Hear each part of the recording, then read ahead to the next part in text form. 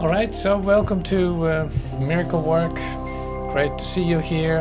A new era, a new moment in time. So use the same book. That's one thing that's the same. But yeah, everything is changing so fast, and try to catch up with it to see what's actually occurring. And a special thing today is that we have some very simple questions. Questions like, who am I? And questions like, can I be more than everything? Well, just some very basic questions. Can I be more than everything? Questions that you probably have an answer to.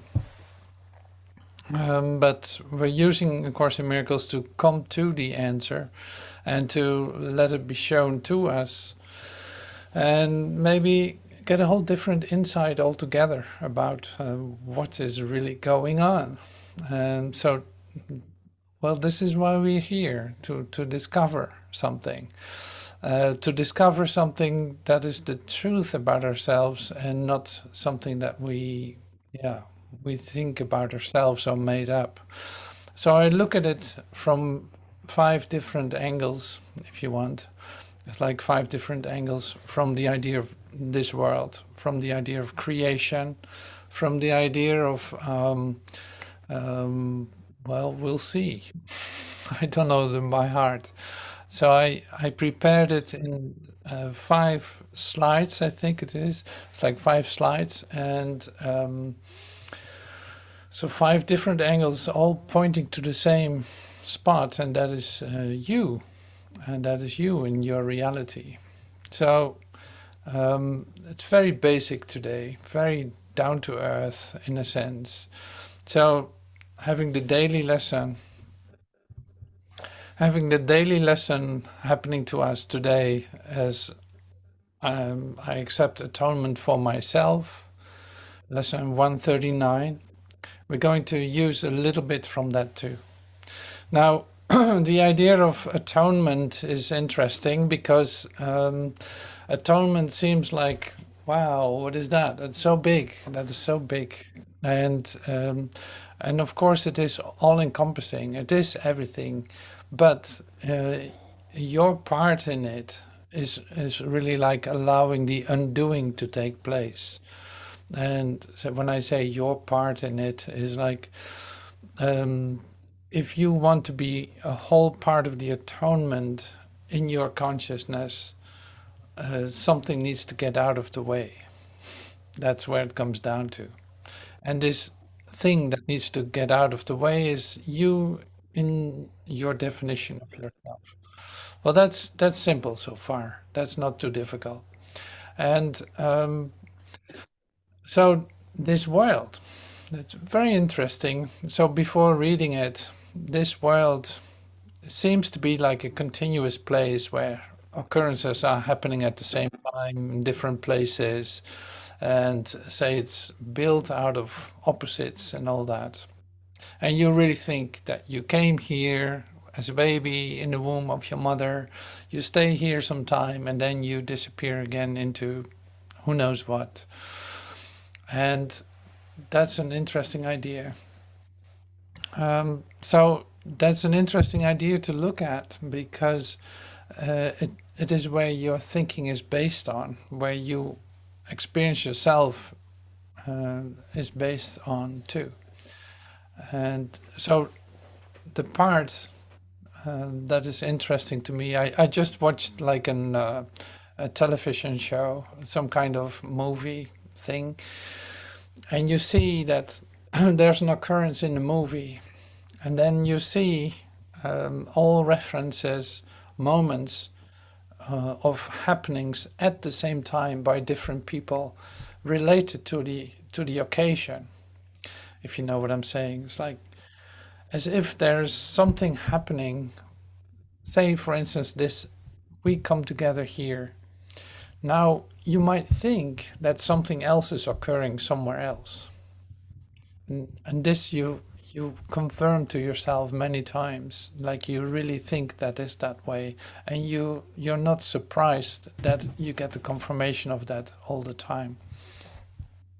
So that's an interesting idea in the sense that, so it should be possible that more things are happening at the same time, that there's a whole world going on while you sit here.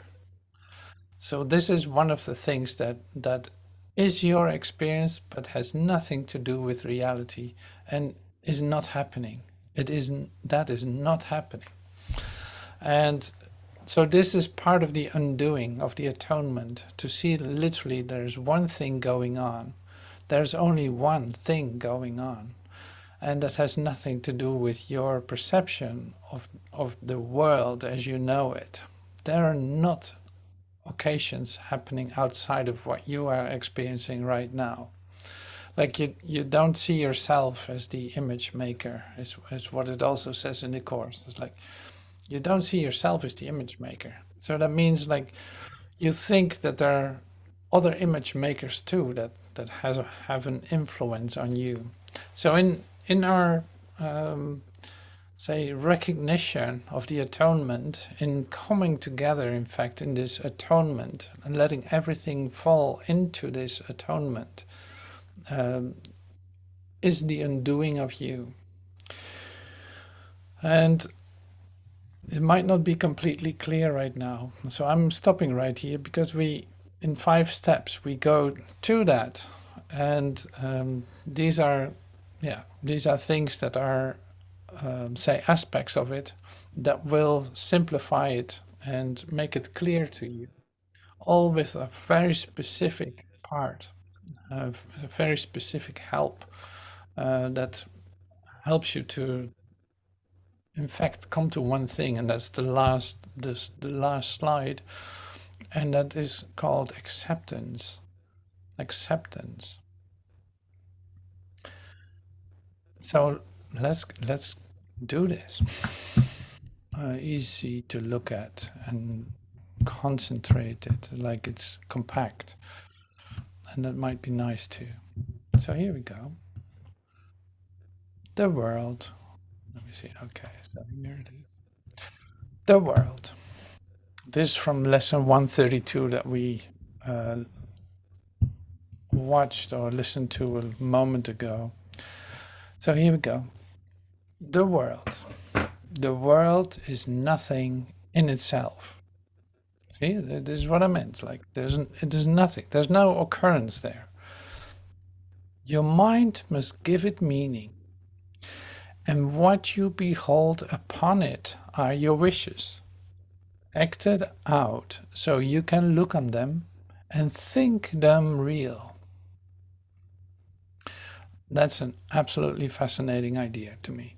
The world is nothing in itself. Your mind must give it meaning, and what you behold upon it are your wishes, acted out so you can look on them and think them real. Perhaps you think you did not make the world, but came unwillingly to what was made already, right? This can easily be what you think, that you came unwillingly to what was made already, like there was a world ready for you to be received, hardly waiting for your thoughts to give it meaning. Yet, in truth, you found exactly what you looked for when you came. So, and then you say, maybe, like, well, I'm not so sure about that. And I don't know exactly if that is true. Like, well, see, this is not about discussing it. This is not about trying to figure it out. This is just a completely different vision that will bring you to your atonement. Perhaps you think you did not make the world, but came unwillingly to what was made already, hardly waiting for your thoughts to give it meaning. Yet in truth you found exactly what you looked for when you came. Here it is. There is no world apart from you, from what you wish. And herein lies your ultimate release. change but your mind on what you want to see, and all the world must change accordingly. So here, like this is a huge key given to you if you realize what it actually says. There's no world apart from what you wish, and herein lies your ultimate release. Change your mind on what you want to see, and all the world must change accordingly. So here, the world. This was the first angle, is the world.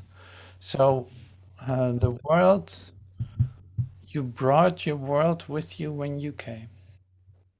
Like even this whole idea of, and this is unimaginable. In fact, like you cannot. It doesn't make sense to you to hear this, but it doesn't matter. It doesn't matter. So it starts to make more sense on the way, on the go. So it's like you came literally into a world that you wanted. You literally wanted this. That's why it's there. Otherwise, it would not be there. So every aspect of it is what you wish, is what you literally want as a reflection for yourself. As a reflection, right? It's not a reality, it's a reflection. It's a dream hologram of you. So recognizing that is important on our way to our atonement. It's like if you see that what you perceive is literally what you ask for, then it becomes obvious that you have a huge place in this. It's like if I change my mind, my whole world changes. Like if I allow my ideas to get out of the way, I'm actually entering into a whole different place altogether that maybe has nothing to do with this world anymore. Like um, having my realizing the true self that I am, what kind of world am I going to see? You know, if I don't value anything here that I valued so much before, what happens then? So keep that question for a moment with you as we continue with the second one. So immediately we go to heaven. So heaven. In this world, heaven is a choice because here we believe there are alternatives to choose between. We think that all things have an opposite, and what we want, we choose. If heaven exists, there must be hell as well. For contradiction is the way we make what we perceive and what we think is real. So in this world, heaven is a choice, because here we believe there are alternatives to choose between. We think that all things have an opposite, and what we want, we choose. Heaven exists. If heaven exists, there must be hell as well. For contradiction is the way we make what we perceive and what we think is real. Okay, here I am back again. So this was the second angle, heaven angle. It's like so doing things. So this is the idea of opposites.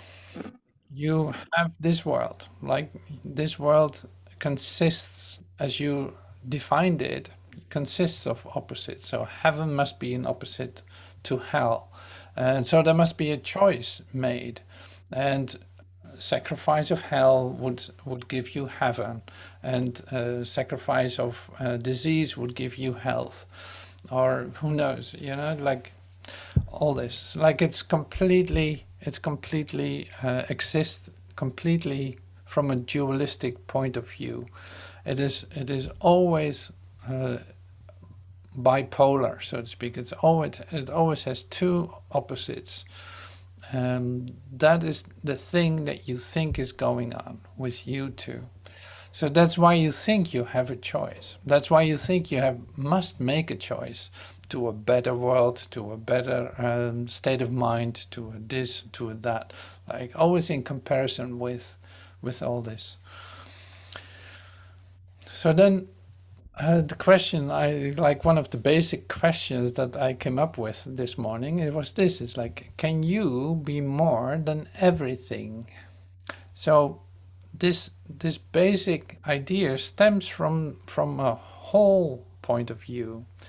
So if there is no such thing as opposites, like we're so used to opposites, like imagine there's no such thing as an opposite. There's only one thing as a whole. So could you be more than a whole, than everything? That's of course not possible. Now in your atonement ideas, like the Indian doing of you start to recognize your oneness. Oneness. You start to recognize your oneness. So can there be two, you ask? Like, no, there cannot be two. So there cannot be a you and a me. There cannot be a heaven and a hell. There cannot be an opposite of any kind.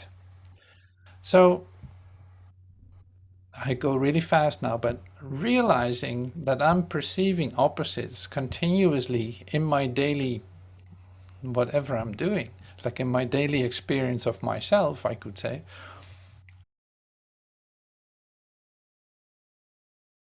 I am actually dealing with something that is really not there, but is only there because I want to play with, like I love to juggle with opposites, like yes, no, heaven, hell, doubt, certainty, innocence, guilty, sin, purity, all this, like you love to juggle with, just like you do with the balls, it's like chung, chung, chung, chung, chung. You like to play with that, and you keep yourself busy with it because otherwise it will fall apart, just like you would do with playing with these balls. I don't know how to, what the word for that is, say juggling or something. So you have to face it continuously. You're juggling with your opposites, maybe 3 or 4 opposites, even if you can do more balls at the same time. It's like you do this thing and you need to be say focused on it, otherwise it would fall apart and balls would fly all over the place. And why is that? Because in fact there's no such thing. It was just a game that you play with yourself. For just a moment you're juggling with the balls, and yeah, your opposites fall apart, and what is left is just what is. That is in fact the atonement. So the atonement is stop juggling with opposites. It's like allowing wholeness to be whole, allowing oneness to be one, allowing you to be you without an opposite. Not a better you, a worse you, or a holier you, a perfect you, and no, none of these things. So this is very simply said, and very, say, metaphorically, in fact, like what this actually is, what you're actually doing in your mind. So you came here on this earth with your juggling balls, starting to play with the juggling, and before you know it, you're completely consumed by the game. Now, waking up out of this is like, okay, so just relax your toys here for just a second. Just relax your toys. Now go and just breathe a little bit and see what is happening when you're not juggling with the opposites. So is in fact like putting down these balls is in fact a choice? Like no, it is actually not a choice at all. It's just not doing it. It's not juggling with opposites. It's not playing that game any longer. Does that add anything to anything? It's like, well, it does change your consciousness because suddenly it's filled with quiet. You don't have to focus anymore on keeping the balls up, so to speak. Keeping the balls up. So you don't have to be concerned with that anymore. It is just what is. So it's a very relaxed way of being present. And if this juggling and playing with opposites is hell to you, to keep it going and to keep focused on it and putting all this energy in it to continue this. So it is with heaven then. It's like you don't have to do that. So here's your undoing. Here's your atonement. In all quiet. It's like your restless mind can calm now. Your peace is right here because it didn't go anywhere. Like literally nothing happened. So that's probably the whole story. If anything makes sense of what I'm gonna read. Oh, here. Creation. Creation knows no opposite. But here is opposition part of being real. But here is opposition part of being real. It is this strange perception of the truth which makes the choice of heaven seen to be the same as the relinquishment of hell. It is not thus. Okay, so creation knows no opposites. But but here is opposition part of being real. It is this strange perception of the truth which makes the choice of heaven seem to be the same as the relinquishment of hell. It is not really thus. Okay, so if you have no idea what this is, I'm going to tell you, because it's using the metaphor of the ball metaphor, so to speak. You say like, no, this ball game is everything. If I don't keep that up, I have nothing left. You know, it's like entering into a state where I cannot do this would be insane, because it's like, this is my reality. Look at what I can do. I can do 5 balls or 6 or 7. Like, I look at what I developed for myself. This thing. This is my world. These are, yeah. I built everything around it. So don't take it away from me, because this is my game. That's in fact what you're saying. It's like, well, it feels like now I have to sacrifice this whole world of ball game, so to speak. My whole world of ball game is falling apart. If I let this go, my whole world falls apart. So that feels like a sacrifice. And that's why it seems like something has been taken away, because you believe that if you stop doing that, that everything falls apart and that there's nothing left, because you don't know better than this is it. That is the say the thought system of a human mind. Like, that's what you think as a human being. You think like, well, if I don't play this game on Earth here this way, what have I left? Like, no, that feels like a sacrifice. I really don't want to do that. In fact, like, this is my world. So why do I have to give it up?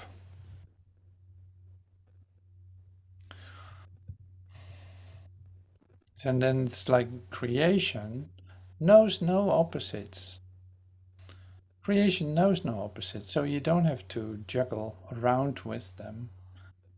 Like, you are part of creation. So it has to do with who do I see myself to be? Like, what is going on here? Who am I truly? Am I this juggler, or am I more than that, or something else? Is this not it after all? I kept myself so busy with it, and I got really tired of it too. And now what? Choice. Here is the end of choice. For here we come to a decision to accept ourselves as God created us. And what is choice except uncertainty of what we are? There's no doubt that is not rooted here in this question. What am I? There's no question but reflects this one. There's no conflict that does not entail the single simple question, what am I? What am I?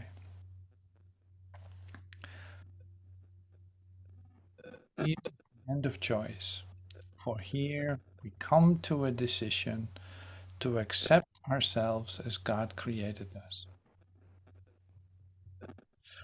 So that's very interesting. So what is choice except uncertainty of what we are? Well, there we go. There we go. Choice except uncertainty of what we are. So the thing then, comparing one more time to the ball game, it's like you think you're a juggler. You really think that that's what you are. You build your whole world around it. That is your reality. That is literally your game. That's your toy. That's your, yeah, what you love to play. This is based on an idea that you're the juggler, right? Like, but when you stop that for just a moment and balls fall on the floor, falling apart, in fact, your game falling apart for a moment, something else happens to you. So it is like you keep yourself the juggler as long as you can hold up to it. When you stop playing that game, then everything falls apart. Like then everything that you're used to and seeing as your world falls apart for a moment.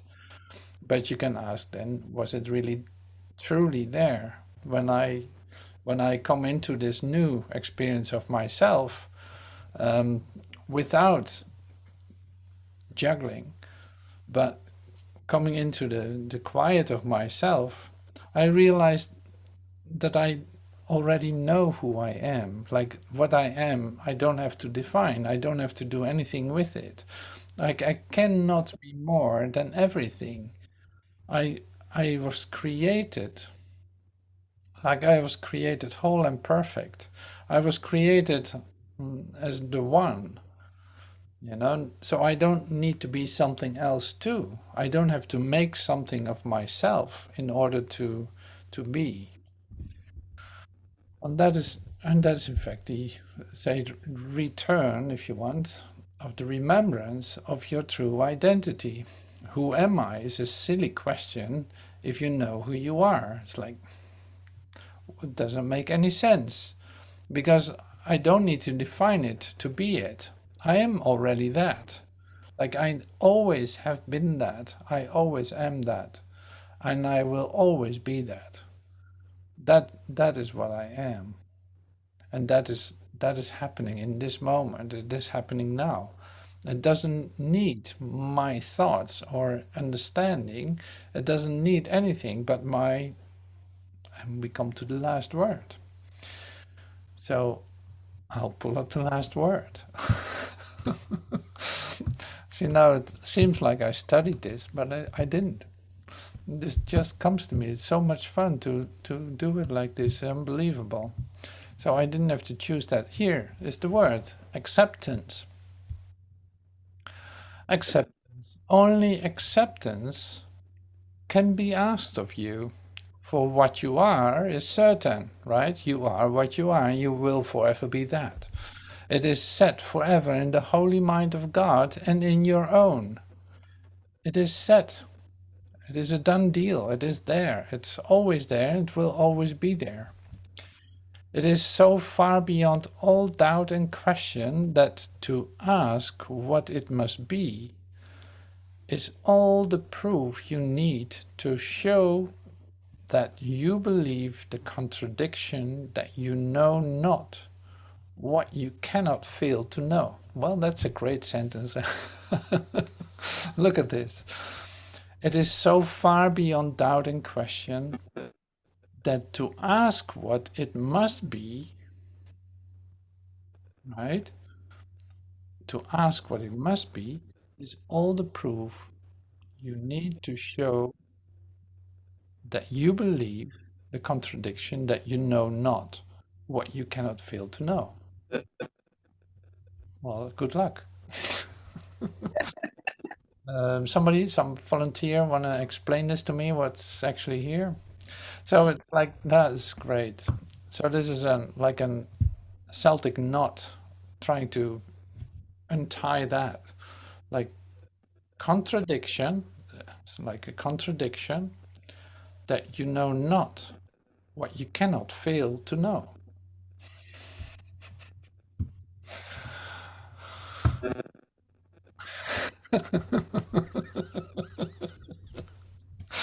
So this is your homework for the next week. If you come up with an come up with come up with an explanation of what actually that sentence means. Like in simplicity, it's easy.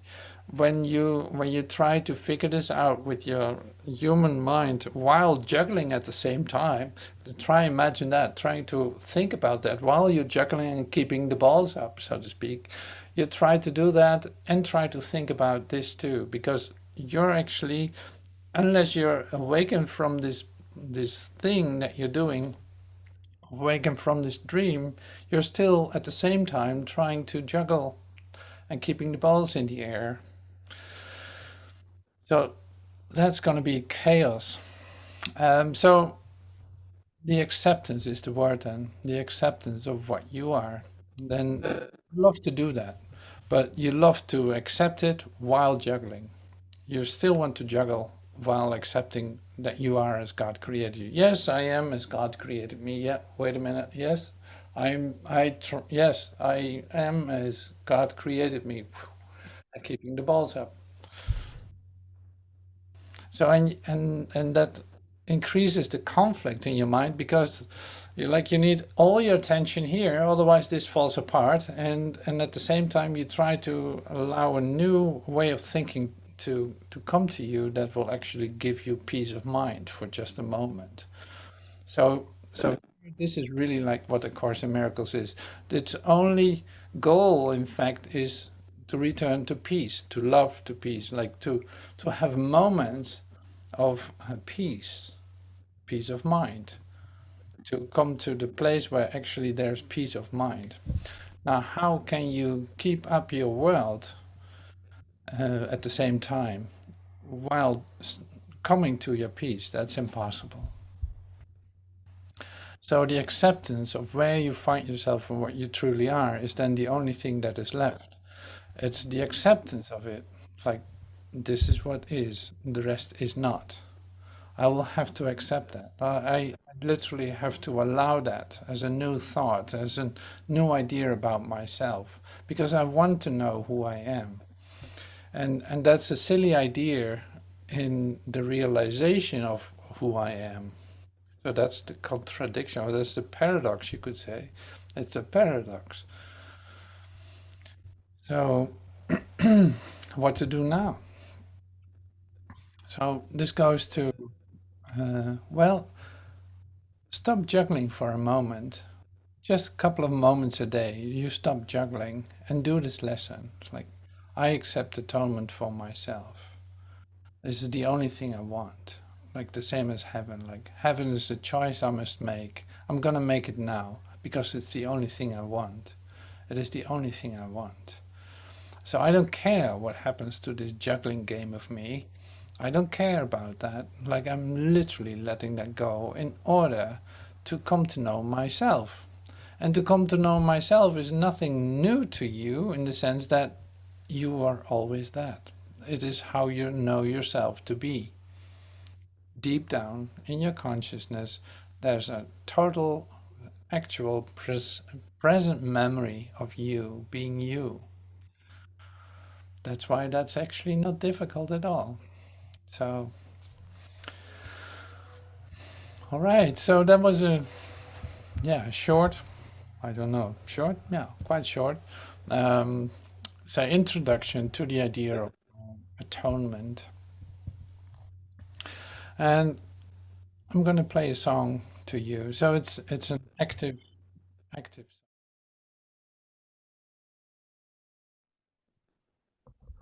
So in the meantime, I'm putting up some juggling balls. So which are the balls, so to speak? Which are the balls that are you keeping up?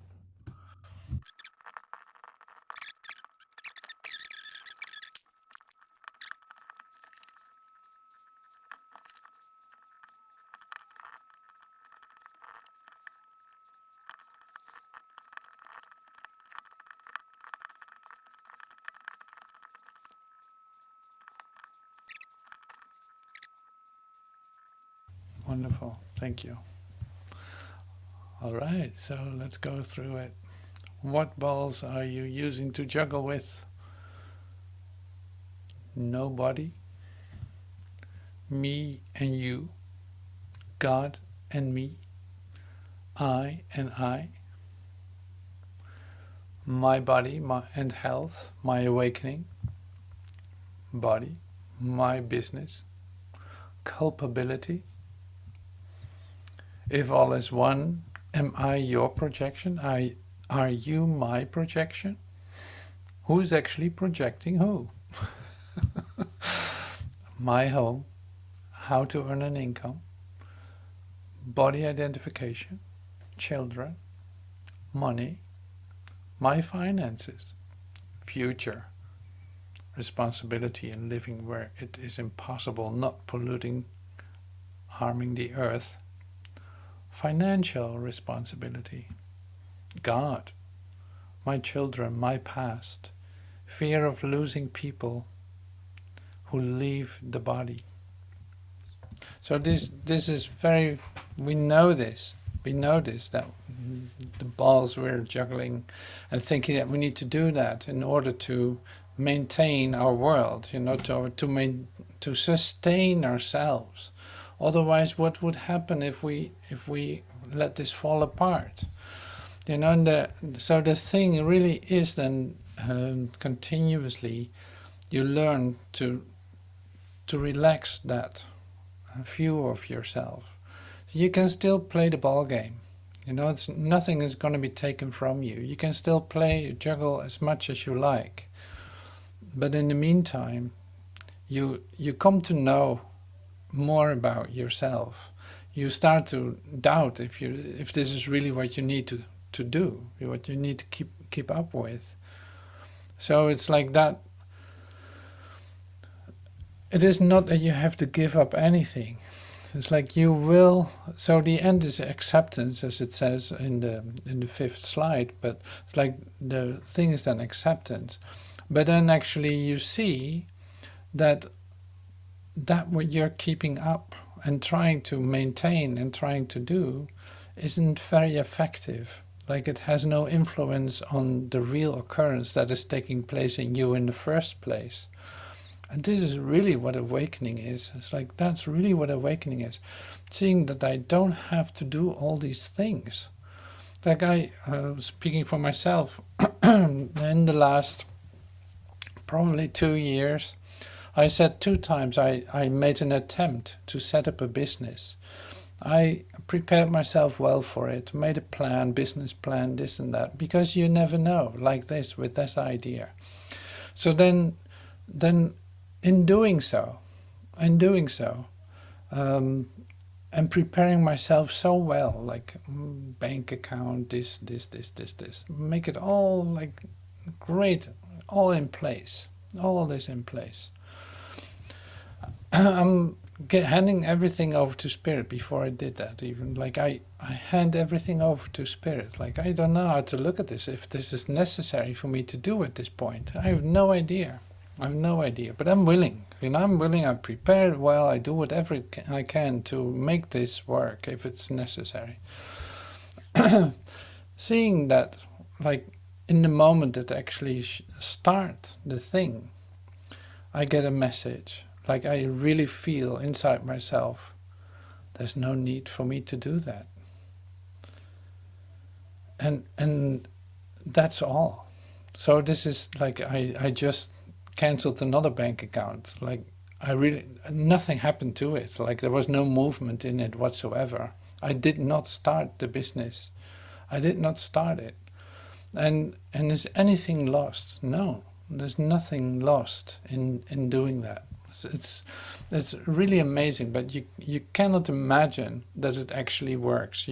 Because you're so used to taking care of this, juggling game, that you really think you need to maintain that in order to exist.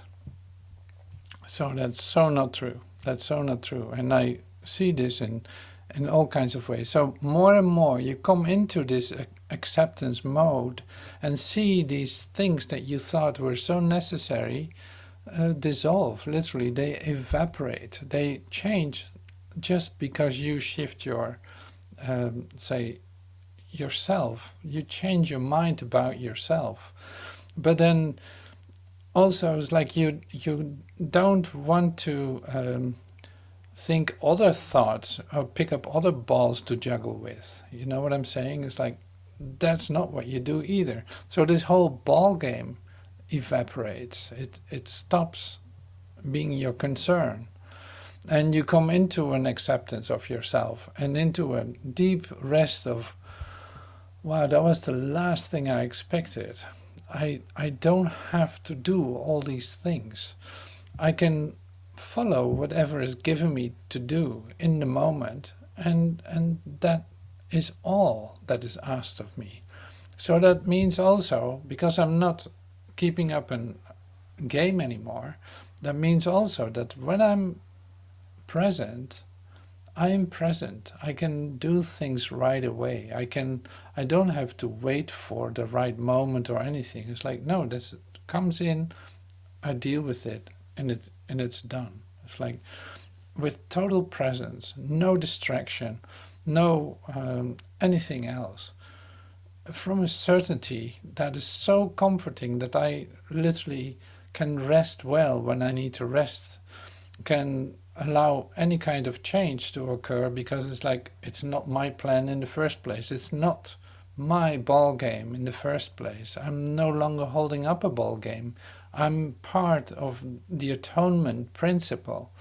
Like I'm literally part of the one. I'm a whole part of that. And I cannot be anything else.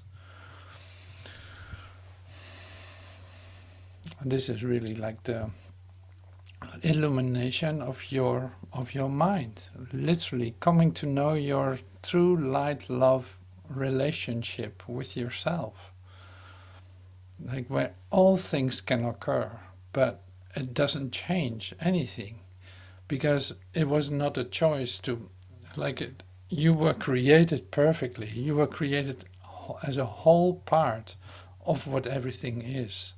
So how could there be such thing as a lack? How could there be such thing as a conflict? How can there be anything like accept in your imagination that there could be such a thing? You know. So this is really beautiful. It's like really beautiful. So I love to share this with you in this way, because of, you see, like the ball game that I'm playing, I actually don't have to do that.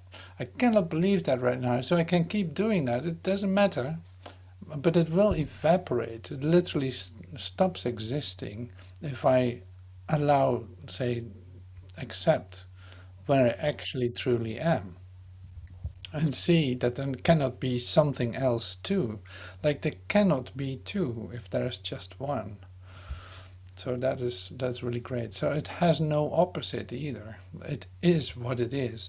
It has no opposite. All right, said enough. Thank you so much for being at the say Miracle Work. I'm really happy that we had this meeting. It's like so great to meet with you and coming to this clarity with you. So thank you for putting up with me and enjoying this with me. And see you soon. Thank you.